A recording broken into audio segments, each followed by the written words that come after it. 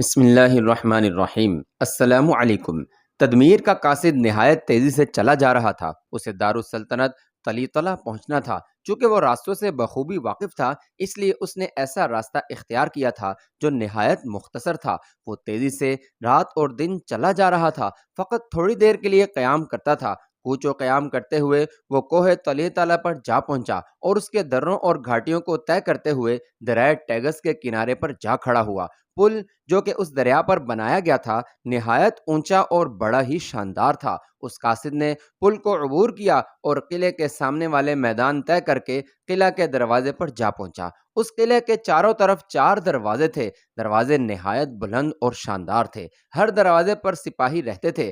قاصد دروازے سے گزر کر قلعے میں داخل ہوا۔ قلعہ اندر سے بھی نہایت شاندار تھا۔ اونچی اور خوبصورت عمارتیں بنی ہوئی تھیں۔ اس نے دیکھا کہ تمام قلعہ خوب آراستہ کیا گیا ہے۔ مکانات اور بازار سب سجائے گئے ہیں۔ اس نے ایک شخص سے دریافت کیا کہ یہ سجاوٹ کیوں ہو رہی ہے؟ اسے بتایا گیا کہ آج جشن نوروز منایا جا رہا ہے۔ وہ جس طرف سے بھی گزرا اس کے کانوں میں شادیانوں کی آوازیں آتی رہیں۔ کہیں کہیں رقص و سرور کی محفلیں بھی گرم ہو رہی تھیں۔ لوگ اچھی پوشاکیں پہنے خوش ہوتے اور ہنستے پھر رہے تھے۔ قاصد سیدھا دربار عام میں پہنچا۔ آج دربار کی عمارت دلہن کی طرح بنا دی گئی تھی۔ دربار لگا ہوا تھا اور اراکین سلطنت اپنی اپنی جگہ پر بیٹھے ہوئے تھے۔ شاہ رازرق ایک اونچے چبوترے پر چاندی کے تخت پر بیٹھا تھا۔ کئی حسین اور نوخیز لڑکیاں اس کے پیچھے کھڑی پنکھا جھلا رہی تھیں۔ سارے درباری اراکین سلطنت اور بادشاہ تمام نہایت غور سے ناچ دیکھ کر داد دے رہے تھے۔ قاصد ایک طرف کھڑا اس بات کا انتظار کر رہا تھا کہ ناچ ختم ہو اور موقع ملے تو تدمیر کا عریضہ بادشاہ کے حضور پیش خدمت کرے۔ قاصد کو موقع ملا۔ وہ ناچنے گانے والیوں کے بیچ میں سے گزرتا ہوا چبوترے کے قریب جا پہنچا۔ رازرق نے غضبناک نگاہوں سے قاصد کی طرف دیکھتے ہوئے کہا، بدبخت انسان، کون ہے تو؟ قاصد اسے پرغضب دیکھ کر ڈر گیا۔ اسے اندیشہ ہوا کہیں بادشاہ اس سے ناراض ہو کر اس کے قتل کا حکم نہ دے دے۔ قاصد فوراً سجدے میں گر گیا اور کھڑا ہو کر نہایت ادب سے بولا، حضور میں قاصد ہوں۔ رازرق نے غصہ اور حیرت سے بھری ہوئی مخلوط آواز میں کہا، قاصد؟ قاصد: جی ہاں۔ رازرق نے پوچھا، کس کے؟ قاصد: تدمیر کا۔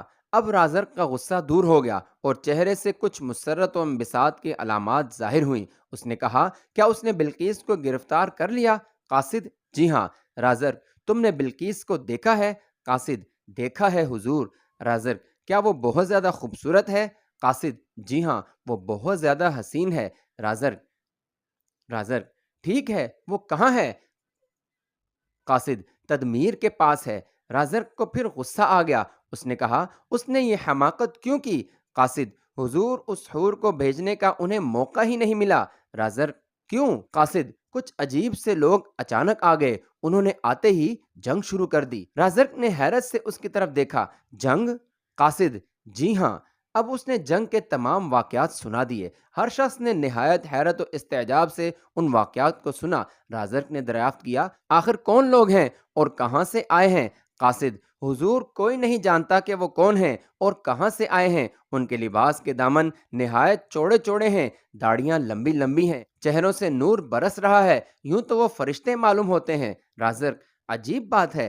قاصد نے بڑھ کر عریضہ پیش کیا۔ رازرق نے لے کر وزیر اعظم کو دیا۔ اس نے پڑھنا شروع کیا، شہنشاہ معظم، فرمانروائے اسپین، ہمارے ملک پر ایک عجیب قوم نے حملہ کر دیا ہے۔ ان کی پوشاک شاید سارے زمانے سے نرالی ہے۔ کم از کم میں نے تو ایسا لباس کہیں نہیں دیکھا۔ لمبے لمبے ٹخنوں تک جبے ہیں، چوڑے چوڑے دامن ہیں، چوڑی آستینیں ہیں، سروں پر بہت سے کپڑے باندھ لیتے ہیں، داڑیاں لمبی لمبی اور صورتیں نورانی ہیں، مگر جب لڑتے ہیں تو خونخوار شیر بن جاتے ہیں، جی توڑ کر لڑتے ہیں کہ کوئی قوم بھی ان کے سامنے نہیں ٹھہر سکتی۔ میں حیران ہوں کہ یہ کہاں سے آ گئے ہیں، آیا آسمان سے اترے ہیں یا زمین سے نکل آئے ہیں؟ ہمارا ان سے مقابلہ ہوا، ہم نے پورے جوش و شجاعت سے کام لیا، بڑی جان بازی سے لڑے، مگر تمام کوششوں اور سب جانثاروں کا انجام ناکامی ہی ثابت ہوا۔ ایسا معلوم ہوتا ہے کہ وہ مرنا نہیں جانتے بلکہ صرف مارنا جانتے ہیں۔ وہ پیچھے ہٹنے کا نام ہی نہیں لیتے اور آگے ہی آگے بڑھتے چلے آتے ہیں۔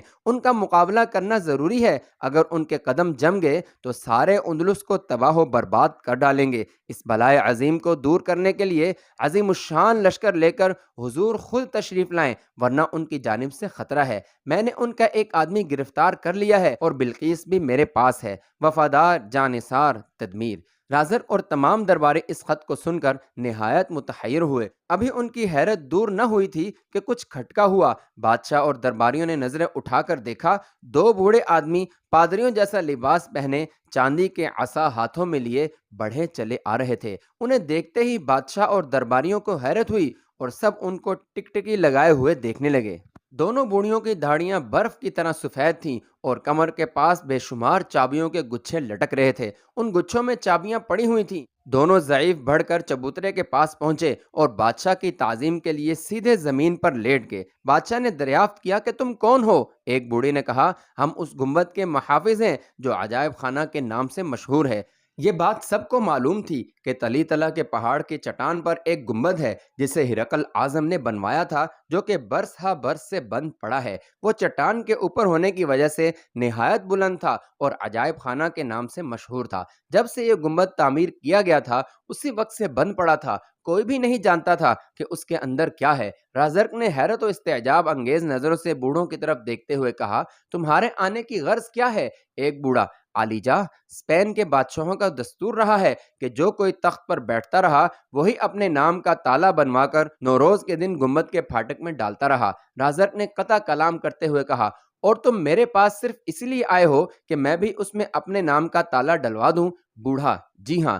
رازرق، تم جانتے ہو کہ اس گنبد کے اندر کیا ہے؟ پہلا بوڑھا، نہیں حضور، اسے جس شہنشاہ ہرقل اعظم نے تعمیر کروایا تھا اسی وقت سے بند پڑا تھا اور کوئی نہیں جانتا کہ اس کے اندر کیا ہے، مگر اس کے متعلق یہ پیشن گوئی ہے کہ جب وہ گنبد کھولا جائے تو ملک پر تباہی آ جائے گی اور جو بادشاہ اسے کھولے گا وہ مارا جائے گا۔ رازرق، عجیب و غریب پیشن گوئیاں ہیں، میرے خیال میں اس کے اندر خزانہ دفن ہے۔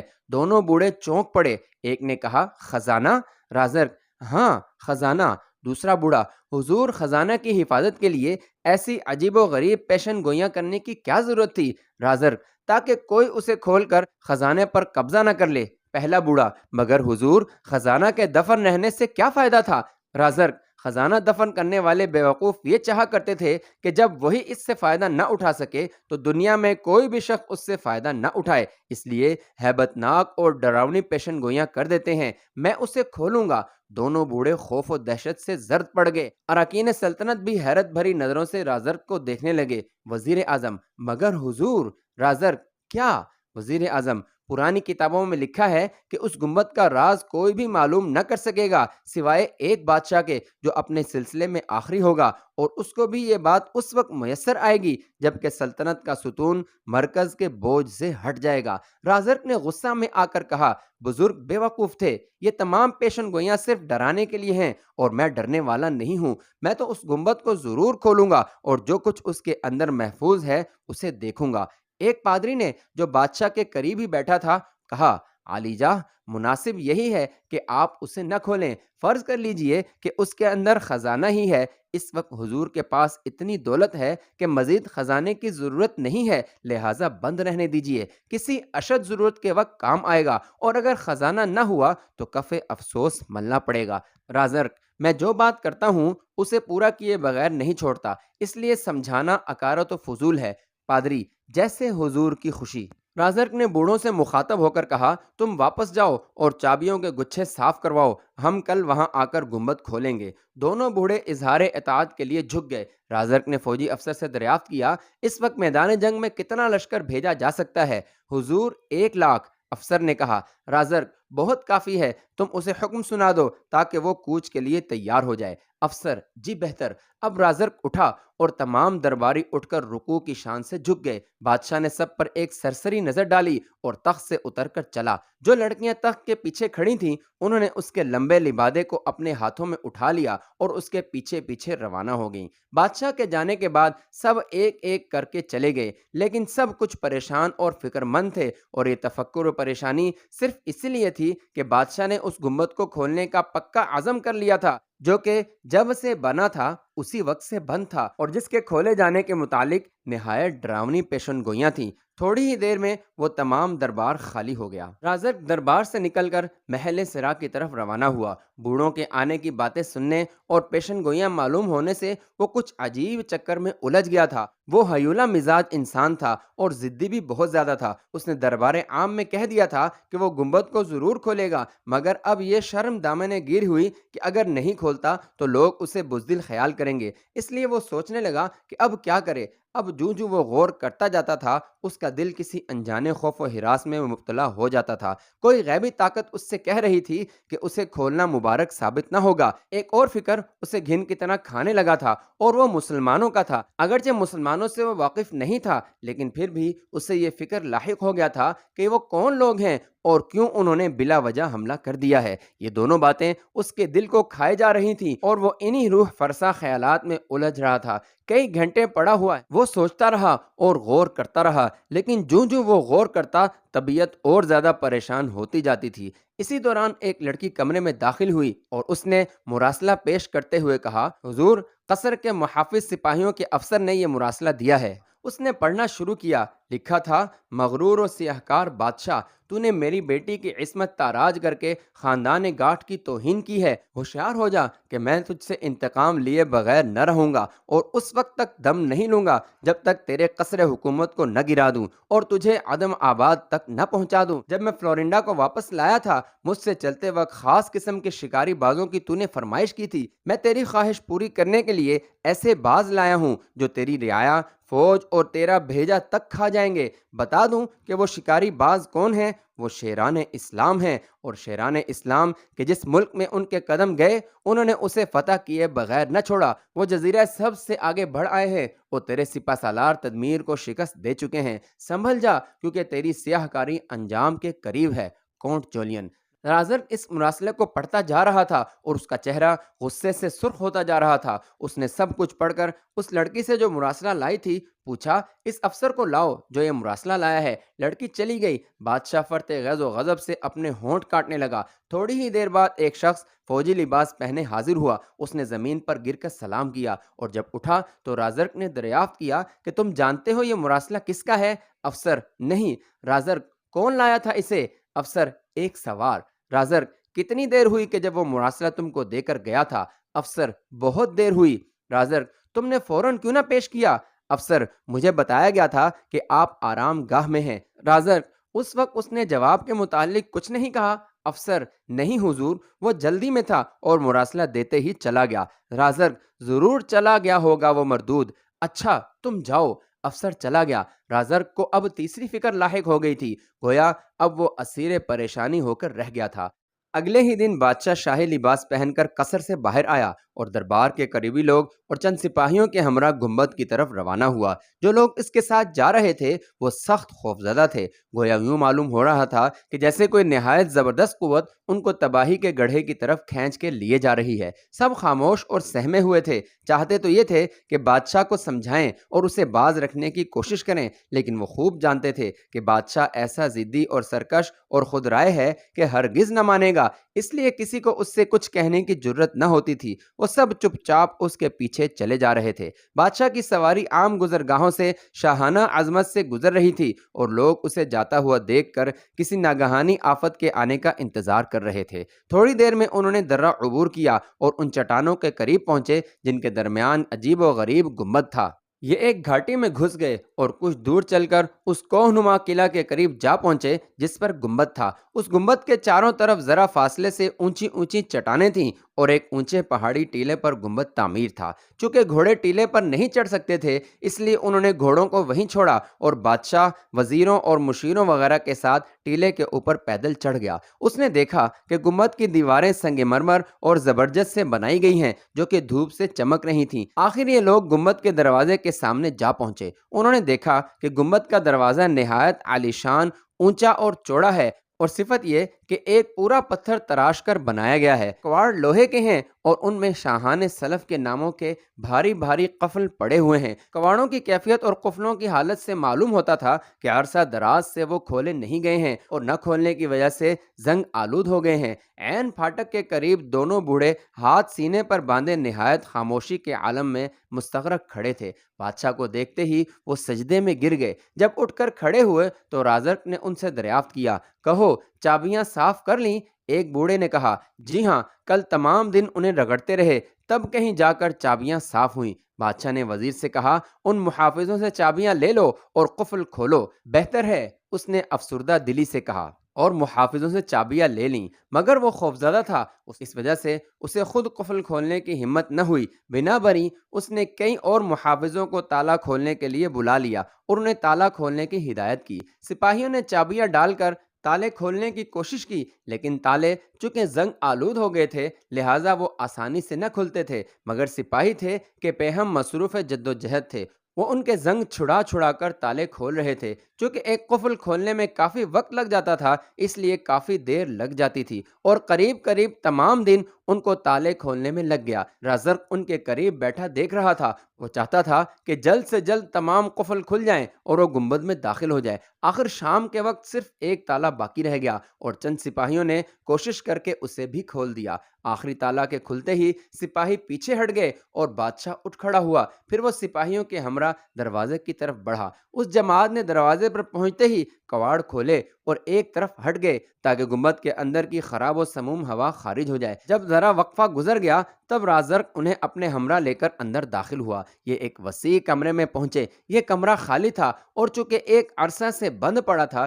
اس لیے گرد و غبار وغیرہ سے اٹا ہوا تھا۔ یہ بڑھے اور سامنے والے دروازے سے نکل کر دوسرے کمرے میں جا پہنچے۔ اس کمرے میں ایک پیتل کا بہت بڑا مہیب اور خوفناک بت کھڑا تھا۔ اس کی آنکھیں شعلے برسا رہی تھیں۔ اس کے ہاتھ میں ایک لوہے کا گرز تھا اور وہ دم بدم مار رہا تھا۔ بت اتنا لمبا تھا کہ اس کی ٹانگوں کے درمیان میں ایک محرابی دروازہ تھا جو کہ اتنا اونچا بنا ہوا تھا جس میں سے کہ بڑے قد کا آدمی بخوبی گزر سکتا تھا۔ اس کے پیروں والے دروازے کے سامنے ایک اور دروازہ نظر آ رہا تھا جو کسی کمرے کا معلوم ہو رہا تھا، مگر اس دروازے تک پہنچنا اس وجہ سے غیر ممکن تھا کہ وہ بت جو گرز مار رہا تھا، کسی شخص کا ایک قدم بھی آگے بڑھنا اسے موت کو دعوت دینا تھا۔ کسی دوسری طرف سے کوئی راستہ نہ تھا۔ ان لوگوں نے دیکھا کہ اس کے سینے پر سرخ حروف میں لکھا تھا، میں اپنا فرض منصبی ادا کر رہا ہوں۔ رازق نے اسے آگے بڑھ کر کہا، اے خوفناک بت، میں طلسمی گنبد کا راز معلوم کرنے آیا ہوں۔ اس سے میرا منشا اس گنبد کو گزند پہنچانا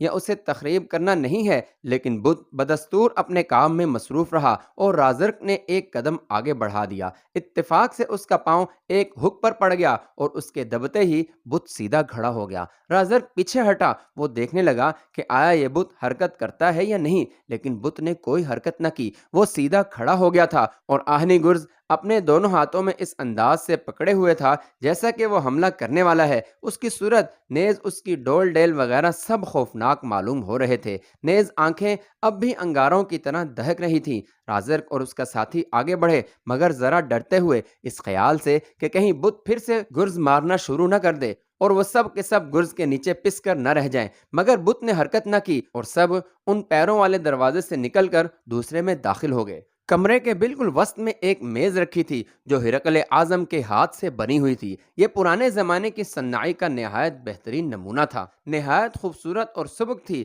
میز پر ایک چھوٹا سا صندوقچہ رکھا تھا، اس پر یہ عبارت کندہ تھی، اس گنبد کے تمام مخفیات اس بکس کے اندر محفوظ ہیں۔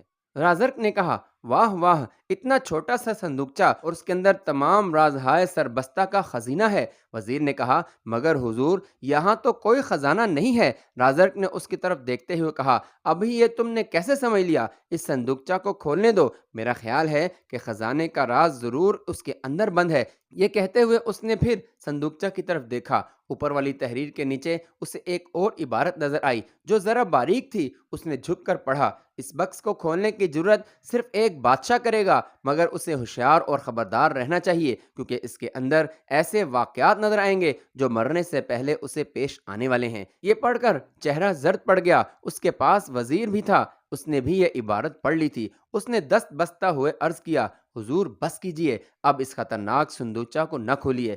رازق: اب باقی رہ کیا گیا ہے؟ گنبد کھل چکا ہے اور صرف یہ صندوقچہ کھولنا باقی ہے۔ وزیر: اور اس کے اندر تمام مخفیات بند ہیں۔ رازق: اور میں ان کو ہی معلوم کرنا چاہتا ہوں۔ یہ کہتے ہوئے اس نے صندوقچہ کھول ڈالا۔ وہ یہ دیکھ کر حیران رہ گیا کہ صندوقچہ کے اندر ایک چمڑے کا لمبا فیتہ ہے جو کہ لوہے کی میخ پر لپٹا ہوا تھا۔ اس کے دونوں طرف تانبے کی 2 تختیاں لگی ہوئی تھیں۔ چمڑے کے فیتے پر سواروں کی تصویریں بھی بنی ہوئی تھیں جو نیزوں، تلواروں، بیش قبضوں وغیرہ سے مسلح تھے۔ ان کی صورتیں نورانی تھیں لیکن بڑی رعبدار۔ فیتے کی پیشانی پر لکھا تھا: بدقسمت اور بداندیش بادشاہ، دیکھ ان لوگوں کو جو تجھے سر کے بل حکومت سے نیچے گرا کر تیرے ملک پر قبضہ کر لیں گے۔ رازق اس عبارت کو پڑھ کر دم بخود رہ گیا اور وزیر کی طرف دیکھنے لگا۔ وزیر بھی اس عبارت کو پڑھ چکا تھا اور وہ بادشاہ کو تک رہا تھا۔ رازق نے شرمندہ ہو کر نظریں جھکا لیں۔ اس میں مسیحی افواج اور ان کے مد مقابل آنے والوں کی بھی تصویریں بنی ہوئی تھیں۔ رازق اور اس کے ساتھی ان لوگوں کو نہیں جانتے تھے۔ وہ حیران تھے کہ یہ کون لوگ ہیں اور کہاں سے آ گئے ہیں، کہاں کے رہنے والے ہیں۔ لکھا تھا کہ مسیحیوں کو شکست فاش ہوگی اور ان کے صلیب کے نشان والا جھنڈا زمین پر گر جائے گا۔ عیسائی لشکر میں سخت ابتری اور بدحواسی پھیل جائے گی اور ڈھیلی ڈھیلی عباؤں والے ان کے پیچھے بھاگ بھاگ کر انہیں تہہ تیغ کریں گے۔ صندوقچے کو ختم کرنے کے لیے کوئی جادوئی نظام رکھا گیا تھا۔ اچانک گرج کے ساتھ ایک تڑاخے کی آواز آئی اور کمرے کی چھت جس میں وہ کھڑے تھے، صندوقچہ اور میز تھا، گری اور گرتے ہی تیز روشنی پیدا ہونے لگی جس میں صندوقچہ جلنے لگا۔ یہ سب غار کو کود کر بھاگے اور پھاٹک کے قریب والے کمرے سے نکل کر دروازے کو پھلانگتے ہوئے باہر آئے۔ انہوں نے باہر آ کر دیکھا دونوں بوڑھے مرے پڑے ہیں۔ بغیر ادھر ادھر دیکھے وہاں سے بھاگے اور قلعہ کوہ سے اتر کر اپنے اپنے گھوڑوں پر سوار ہوئے۔ جس وقت وہ گھوڑوں پر بھاگ رہے تھے اس وقت انہوں نے پورے گنبد کو جلتے ہوئے دیکھا تھا۔ انہوں نے گھوڑوں کو ایڑ لگائی اور نہایت تیزی سے روانہ ہوئے۔ رازق محل میں پہنچ کر کافی پریشان سا رہنے لگا، مگر چند روز بعد ہی وہ اپنے مشیروں اور بہادروں کے ساتھ روانہ ہوا۔ اسے اس کی رعایا نے نہایت جوش و خروش کے ساتھ روانہ کیا اور پورے 90,000 کا لشکر لے کر شیران اسلام کا مقابلہ کرنے کے لیے قرطبہ کی طرف روانہ ہوا۔